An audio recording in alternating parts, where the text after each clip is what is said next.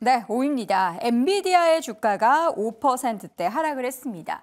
하락의 배경, 뭐 많이 올랐으니까 떨어진 거겠죠? 네, 일단 5% 가까이 떨어졌는데 그게 시총으로 놓고 보면 뭐 2조 1,880억 달러. 와, 금액이 아이고, 크네요. 네, 5% 하면 뭐 이게 하루 만에 172조 원이 뭐 사라졌다 뭐 이런 이야기 하고 있는데 야, 이런 것만 놓고 보면 역사상 미국 증시 역사상 가장 일일 시총 하락폭 가장 크다 이렇게 이야기하고 있습니다. 그래서 이것 때문에 오늘 뭐 하이닉스 아침에 좀 밀리기도 하고 뭐 이랬었는데 엔비디아와 관련해서 그런데 특별한 악재가 있냐 이렇게 따지고 보면 또 그렇게 악재는 없다 이런 이야기들이 더 많고요.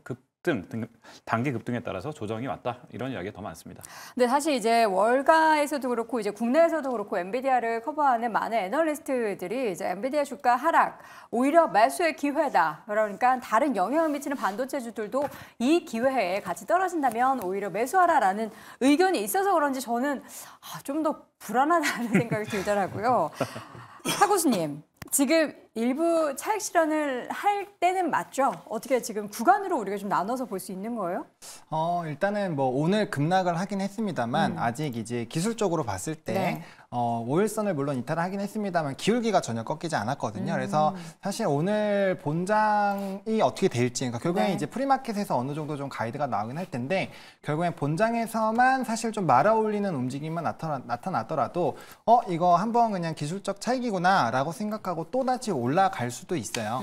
그렇기 때문에 우리가 아직까지는 추세가 완전 꺾였다라고 보기에는 좀 쉽지 않은 상황이고 만약에 오늘 본장에서도 전거래일과 유사한 하락폭이 나온다라고 한다면 그때는 좀 기술 조정이 나온다라고 생각을 하시는 게 맞을 것 같습니다. 게다가 우리나라 장에서도 사실 이제 다양한 쪽으로 지금 수급이 좀 뻗어 나가고 있는 상황이거든요. 그러다 보니까 좀 넘어갈 때들도 일부 많은 상황이어서 뭐 그런 부분도 조금 좀 잘 생각을 해보시면 좋을 것 같습니다. 네, 엔비디아가 과연 거품일까요? 사실 이제 우리가 전체적인 반도체가 AI 관련한 종목들 이야기할 때 닷컴버블 시기를 이야기하면서 항상 비교를 하곤 합니다. 근데 그때 당시에 보면은 사실 숫자가 제대로 찍히는 기업도 별로 없었던 것도 있고요. 또 PR을 항상 비교했을 때는 그때 당시에는 50배 수준까지 많이 올라갔는데 지금은 보면 아직까지 30배 수준에도 미치지 못하는 한 27, 8배 정도 수준이다라는 분석을 하고 있습니다. 그래서 더 이렇게 올라가면 아직까지 룸이 남았으니 조정 시에 매수다라는 이야기가 나오고 있지 않나 싶은데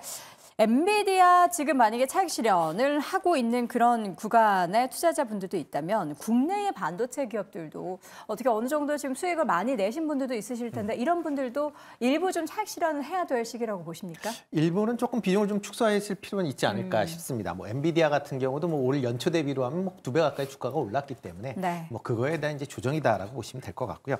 다만 이제 엔비디아 같은 경우 금요일 날 이제 장 외뿐만 아니라 시간 외에서도 좀 하락을 했었던 그런 측면이 있습니다. 그러니까 오늘 뭐 조금 전에 얘기했듯이 과연 얼마만큼 지킬 것이냐라는 부분을 좀 더 관심 있게 좀 보셔야 되지 않을까라는 생각을 해보고 있고요.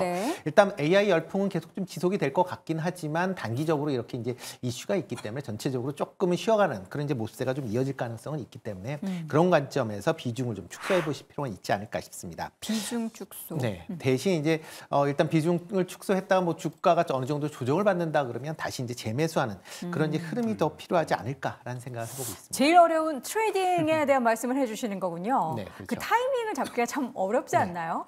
일단 뭐 지금 뭐 급락을 했기 때문에 과연 이제 이 정도 지금 5일선 이제 엔비디아 같은 경우 이탈을 한 그런 상황이고 그런 걸로 봐서는 조금 조정이 있을 가능성은 있습니다. 특히 뭐 하이닉스 같은 경우는 뭐 아침에 비해서는 조금 어느 정도 낙폭을 조금 만회하고 있는 그런 모습을 보이고 있는데 지난주에 이제 17만 원을 넘어가면서 이제 심리적인 어떻게 보면 저항대였던 17만 원을 넘어갔다가 오늘 이제 다시 좀 빠졌던 이제 그런 모습을 보이고 있기 때문에 뭐 하이닉스 같은 경우도 일단은 17만 원대에 대한 그런 부분이 뭐 저항으로 작용을 할지 여부도 조금 같이 좀 보셔야 되지 않을까 싶습니다. 지금 이제 하이닉스의 주가는 2%대 현재 조정받으면서 16만 8,400원 기록이 되고 있는데 제일 무서운 게 이제 경제방송 하는 우리 담당 다양한 친구들이 있지 않습니까? 그중에서 이제 PD가 맨날 이 시장을 보잖아요. 지금 방금 여러분 무서운 시그널이 하나 왔습니다. 하이닉스 사고 싶네.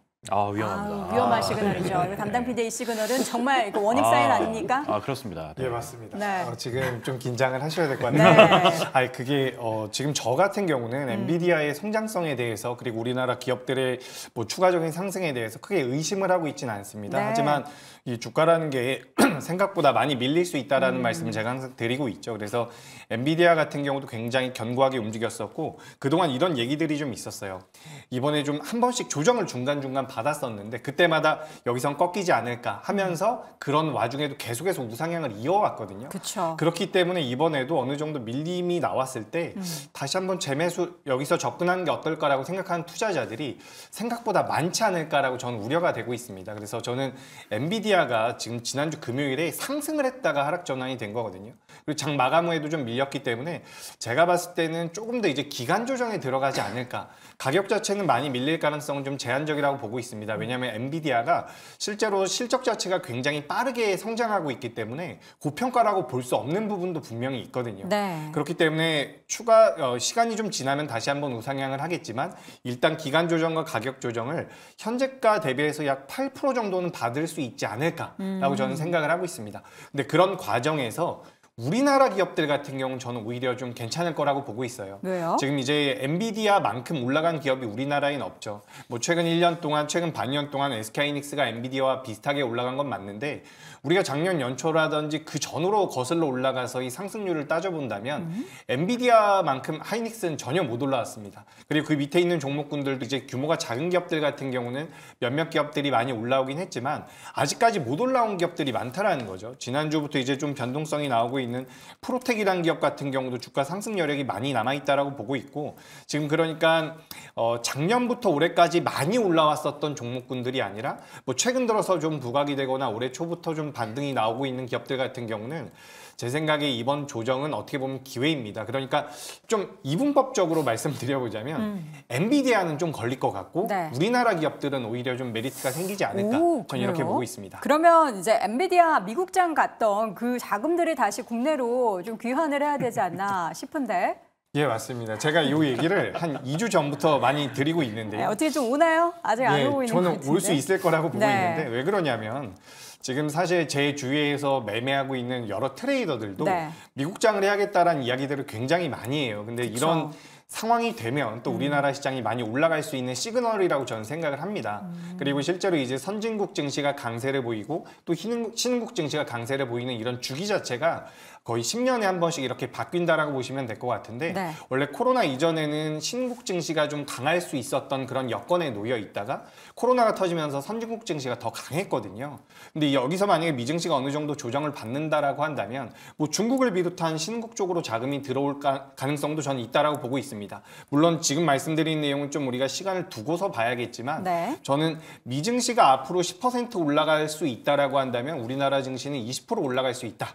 이런 관점으로 보고 있기 때문에 네. 저는 국내 증시 굉장히 강하게 추천드리도록 하겠습니다. 알겠습니다. 이거 뭐 시체말로 국뽕이 차올라서 그런 게 아니라 데이터로 봤을 때 우리가 좀 덜 올라갔다라는 그런 부분이 가장 좀 강한 겁니다.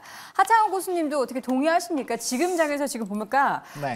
이런 심리가 좀 많은 것 같아요. 저희 그 하이닉스 같은 경우에도 마이너스 4%에서 지금 플러스 마이너스 2%까지 양봉 움직임이 나타나고 있고 한미 반도체도 지금 5%대 6%까지 하락했다가 지금 낙폭을 줄여서 거의 보합권까지 올라왔거든요.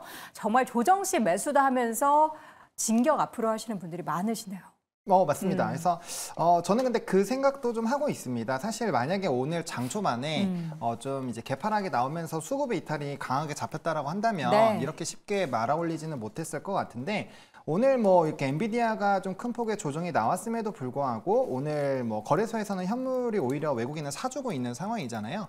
그러니까 저는 누적된 수급을 좀 잘 지켜보고 있는 상황인데 지금 작년 11월 2일 기준으로 봤을 때는 아직도 누적 외국인의 순매수가 16조나 남아 있거든요. 네. 근데 이전에도 말씀드렸다시피 유일하게 이쪽 외국인 수급에서는 수급 이탈이 없었습니다. 그러니까 기관도 조단이 있었고 뭐 개인은 당연히 엄청나게 팔았죠.